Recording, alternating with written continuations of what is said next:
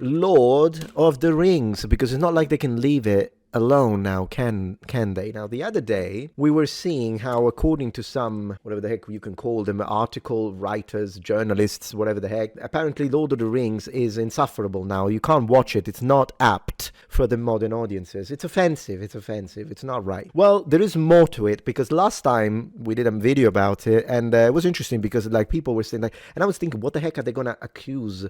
What's wrong with the Lord of the Rings? And they're like, there is not enough diversity. And then, okay. No, it's worse. It's worse, guys. It's getting even worse. So let me see if I can find. All right. So I'm taking you to a really, really dark place. I'm taking you to one of the worst circles of hell, also known as Reddit. So you have to sanitize, wear gloves, and most importantly, wear your masks, because this is a place where you can get a contagion. You can get some kind of virus that hasn't even been, it's like Yersinia pestis bacterium. It's the Black Plague all over again, but in your head. So anyway, someone asks, and this is from a very long time ago, but you will see that we will find stuff that is still relevant today. So, is a lotter sexist and racist? Some people really think so. Define people, please. Sexist and racist. Let's go. There seems to be a contingent of thought that Lord of the Rings is both sexist and racist.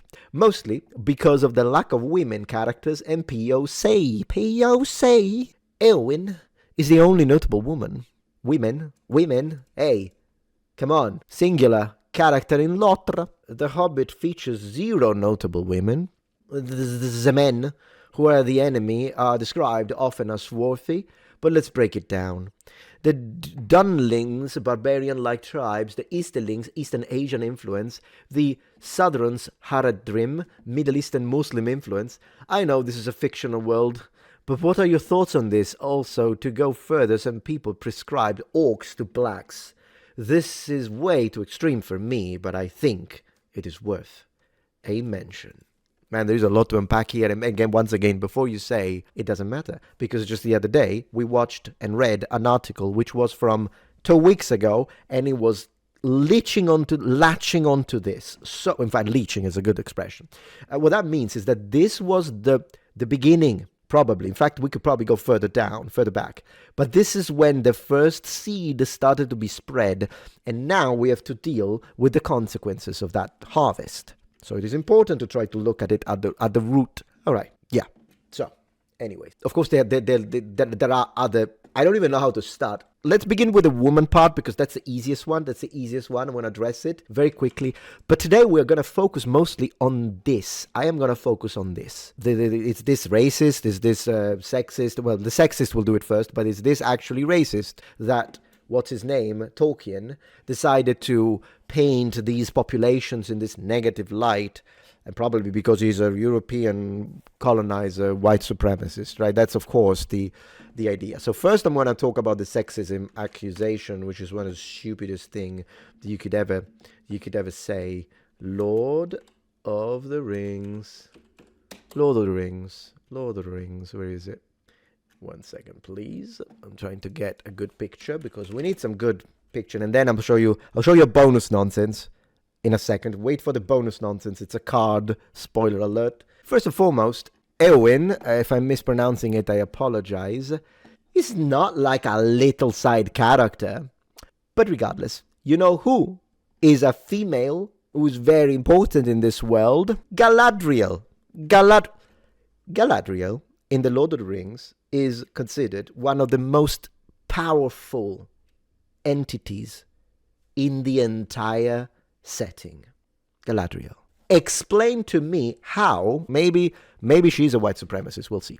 But I am a little confused, not to mention Arwen, another colossally important. It's just that the problem is that she's connected to Aragorn, and it's a straight relationship, and they're both light-skinned. That's why they don't count her, okay? In fact, I told you I was going to give you a spoiler. Oh no, Metatron, they're not saying anything about skin. Are you sure? So, Magic did a collaboration with Lord of the Rings, guys. And they certainly fixed that one now, didn't? Because Magic official Aragorn, King of Gondor card, portrays him as a black man.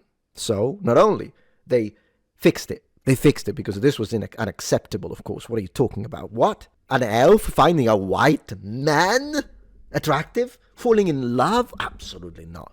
Absolutely. So, yeah, I would say that the roots of that, complaining about, we don't see enough representation, was he racist? Then the reality is, where are the women? There are no women.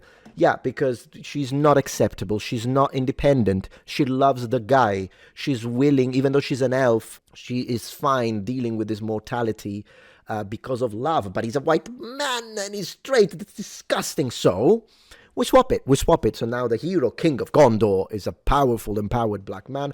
Or might even be, since they're not specifying, maybe this is a black woman who identifies as a man. That's also a possibility, because, I mean, how dare you? But anyways, let's say there is a man. That's the problem. Because they solved it now. It's an interracial relationship, and they are owning the chuds. So that's where that led. But the thing is, I just don't get it. How? Google, how powerful is Galadriel? Let's see. Galadriel is among the most powerful beings in Middle-earth. Oh, it seems like I was right. Arguably the mightiest elf in the Third Age. And it's not enough for them. It's not enough, guys. The most powerful.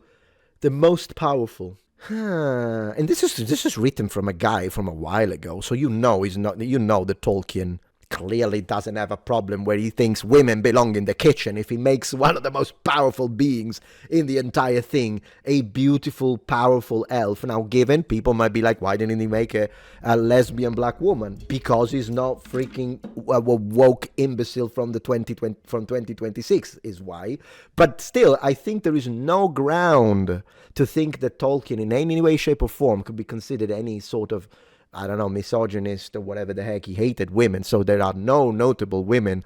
How can you say there are no notable women in The Lord of the Rings if one of the most notable entities in the entire series is a woman? Women have important roles. I think it's because they're still painted in a little bit of a gendered role way when you look at it from the modern perspective, that instead is expecting maybe that if you have Aragorn, who is a male who's strong, then you have to also have a woman there who is equally strong, if not stronger muscularly.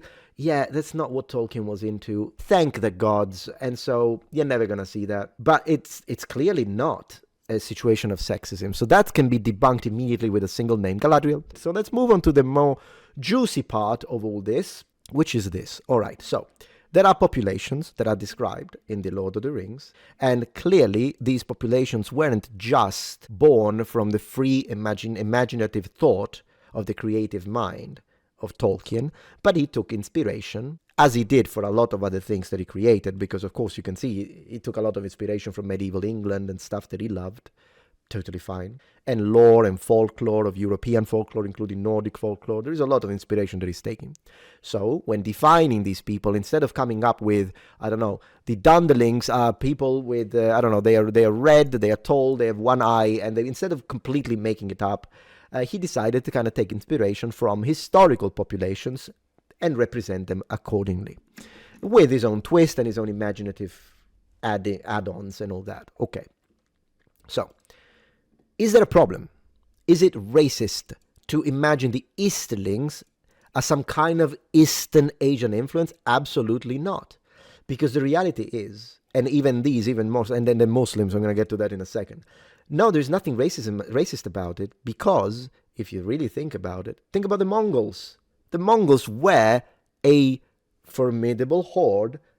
They were extremely brutal, and that's a fact. So if you're going to map any imaginary or fantasy race, and you map them culturally and visually somewhat to the Mongols, they're going to be how? Rainbows and love and peace? No, they're going to be brutal. They're going to be a bane for the countries that are going to be invaded, that have to deal with them, and that's totally fine. It's totally fine. It's okay. There's nothing wrong with it. Not to mention that when you have, for instance, inside banter, not like when the DM, because remember, the DM, the dungeon master or the writer, is the god of that setting. So when they tell you something, you know that it's true. Like if the DM tells you in a role-playing game environment, or if the writer of a novel tells you as a disembodied voice that it's just talking to the writer. Some people do it, some people don't. in their description, they tell you they are savage people, they are brutal, and they set anything on fire when they conquer and leave just rubble. That's the truth. That's how it is. Because he's telling you. That's how it is. He's the one who wrote it. That's how they are described, which is totally fine already. But if it's character banter, what you're hearing is the perspective of a specific people filtered through their culture. So if someone says, oh, in the, I don't know, someone who lives with the free men or whatever the heck it is, or the elves, and they tell you, oh my gosh, the Easterlings, they're a bunch of brutes. No, you're not being racist because you're giving the perspective of that character, which could be flawed, by the way. So it's like, and not to mention, oftentimes in fantasy, and this happens in D&D too, we really have to be careful how we use the word racist, because it doesn't fit, in the sense that the racism that you have when you have banter between elves and dwarves is funny banter. It's interesting, it's funny, it's comedic, it's not meant to be. It's like the Legolas and man, I can't remember what's the oh gosh, I can't remember the name of the dwarf. You'll tell me in a second. When they take shots at each other, Gimli, thank you, that's what I was thinking. When Legolas and Gimli take shots at each other, that's exactly what an elf would say. Shot at dwarf. Yeah, it's comedic banter, but then in reality they care for each other. So that's not racism, and it happens a lot. Also, when like in a D&D setting, humans are talking or elves are looking down on greenskin, it's not racism. Greenskin are evil, unless there is a setting where you want to explore the possibility of a race that normally is seen traditionally as evil. You could say, no, in my setting, for my story, they're neutral. They're neutral. Or maybe they can have some good in them. I mean, at the end of the day, that's what R.A. Salvatore did when he made his whole series on Drizzt, because dark elves are evil, but Drizzt was good, right? You can do that. It's fine. It's your storytelling. It's your table. Have fun. But in general, if a race is evil in whatever setting, and another race that is instead good shits on them, it's fine. It's not. You're not gonna go to them and be like, "Are you racist against demons?" They're demons, right? It's unbelievable we have to say this. Anyways, continuing the discussion. Or what about these Haradrim, the Sadrons? They are modeled after Middle Eastern Muslim influence. So what? The Muslims and Islam was a conquering power. They were attacking, subduing, murdering, beheading. They did all of that. So if you map a people onto a Middle Eastern culture and you want to give it a colonial, I'm going to use it on purpose to piss them off, a colonial Islamic flair, that's totally fine. I mean, after all of the kingdoms that are modeled after medieval Europe, it's not like, oh, they are this paradise. Now, oftentimes they have a lot of problems. There is a lot of injustice and corruption. So is that racist towards white people? No, because it's true. It did happen. There was corruption. When something is modeled, it usually is modeled for both the good and the bad, the art and the war, the architecture and the religion and whatever, good and bad, good things and bad things, politics, intrigue, whatever it is. And there's nothing wrong with it. So these people need to, I personally think that critics need to stop using and weaponizing these words when they're not apt. But that's precisely the distinction between talk and the way we use vocabulary now, or people, should I say, because I don't, but whatever, and the way people use these terms in the 80s. You know, some of you will remember, you were there, like me. And I often say this when I attack this nonsense. Is I say, like, back in the day, in the 90s, in the 80s, if someone told me, that guy over there, John, yeah, what about him? Oh, he's a racist. I would have been like, oh, whoa, wow, what did he do, right? Now, I just roll my eyes. So something must have changed. Something must have changed. Let's go. And then let's talk about this one. Let's go. At this point, I'm going to address it all. So this guy says, oh, it's too extreme for me. I wouldn't say it. But then he says it. He does say, sorry. I know this is a fictional word, but what are your thoughts on this? Also, to go further, some people prescribe orcs to blacks. This is way too extreme for me, but I think it's worth to mention. So shut it. You don't think it's too extreme for you if you do choose to mention. I would like to underline, the people that consider orcs blacks in the Lord of the Rings or in any fantasy setting are your people, your side. The ones that are complaining about modern audiences, you are the one, because I've never heard it in my entire life. I never heard it. Also because I get it that in the Lord of the Rings, I think orcs do have black skin, But I think they actually mean pitch black, not black, but then it's a shade of brown, like it is for people with that type of phenotypic trait. Regardless, why are they always so fixated with skin? Because I would say, even if the orcs in the Lord of the Rings, and I'm not granting that, but even if they had the exact same hue, identical to some sub-Saharan, to use a term I don't particularly like, but sub-Saharan populations of the core of Africa, what about everything else? Because phenotypic traits, like head shape, nothing to do with it. The ears, nothing to do with it. Skin, teeth, I've never seen an African with that kind of teeth. Nothing. There's nothing else. So why do they hyperfixate on this? Second, you need to be really in the head if that's what you think. Not to mention that to me, the general orc is more like the Warcraft type. So to me, they have green skin. So even then, I've never seen anyone with green skin from Africa. But I don't know. It's a fantasy creature. It's a monster. So who are the goblins at this point? Apart from being Destiny subscribers, but I'm saying, who are the goblins? You have to be really messed up in the head. So that's what they do. The people that say that you and I are racist are the ones that come up with the most racist connotations to then blame them on you, even though you never said it. They fabricate, and then they do fantastic. This is way too extreme for me. If someone reads about orcs and thinks black people, that's on them, not Tolkien. Thank you. Absolutely.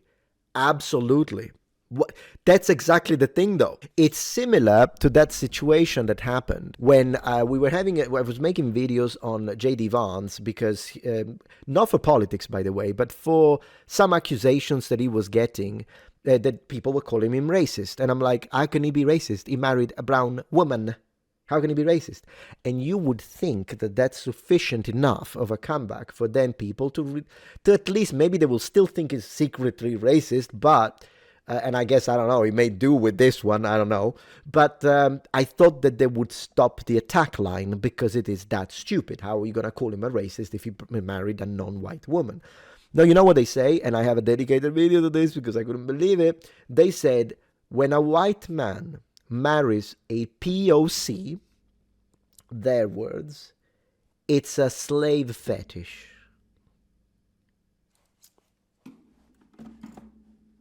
Connecting to what we were reading. When you look at this picture, or the way she looks at him, right? You can disagree with all of this politics. It doesn't even matter. We're not talking about politics right now. If when you see this, you think, this guy really has a slave fetish, white supremacist, you fucked him in the head. That's you. I'm sorry, it's in your head. You know what I see? I see a loving couple. I don't see anything else. I see a loving couple, full stop. And once again, this doesn't look like a slave, or the way a slave would look, okay? This looks like a wife who loves her husband and is proud of him. That's what this looks like. And this looks like a man. You can have all the faults you want. You can tell me, hey, I hate his policies. He made this tweet and I hated it. Fine. Why accusing him of being a racist and a slave and a white supremacist slave fetisher? Based on what? I can't imagine people say that they do. And I showed proof, by the way. I showed receipts. So, as often is the case, it ended up being that the anti-racists are the most racist of all. I'm going to read one last thing. Yeah, of course, Galadriel, as I was telling you, that is the perfect answer to anyone who says sexist. Galadriel. Anyway, much of Tolkien's creativity came from being in the army. There were no women in the army back then. You know, bro, we don't even need to justify it. This is a justification. I agree with you. Galadriel is the answer to shut them up on the sexism. Fine. But we don't need to find reasons as to why. First of all, he was a man of his era. Okay, and his era still didn't have the woke mind virus, so he didn't have to deal with that nonsense. And by the way, I have reviewed a few of his interviews because I was interested in how his mind works and how his brain was so fast that he couldn't even follow. He spoke very fast. Tolkien is actually fascinating. You can see it's an explosive mind. So much so that he speaks super fast and then he has these bursts of speech and then stops. It's fascinating. I have a dedicated video on my language channel, Metatron's Academy. If you look for Metatron's Academy Tolkien, you'll find it. And I analyze it piece by piece to reconstruct the mind, kind of retro-engineer it. It's fascinating. Linguistically, fascinating individual. Anyways, we don't need this. It doesn't matter. What if he wanted the party, the fellowship of the ring. He just wanted them to be all men. Who cares? It's his choice. It's his work. People love it. He exploded, became super famous, created a whole generation. Fine. It's cool. It's cool. We don't have to go and nitpick. Maybe there is other guys. There is a reason. We can create an excuse for him. No, we don't. We don't need it. Also, the East might have been a closer allegory to Germany than Asia. We'll have to look into that. It depends how they are represented, so we'll have to see. Race is one of the overarching themes, is that doom is imminent if all the peoples are divided against each other. Very good point. And strength is only found when they are united. That kind of seems like the opposite of racism to me, but what do I know? That's a very good position. It was an idea of the elves and the dwarves and the humans. We got to stop this nonsense because there is a major cataclysm, if you will, and we have to deal with this shit. So we have to learn to cooperate. I think it's a very good point. Very, very good point. But that's the nonsense we have to deal with, my friends. Sorry for people who are getting an ad. Well, since people have an ad right now, I'm gonna mark that's where we're at.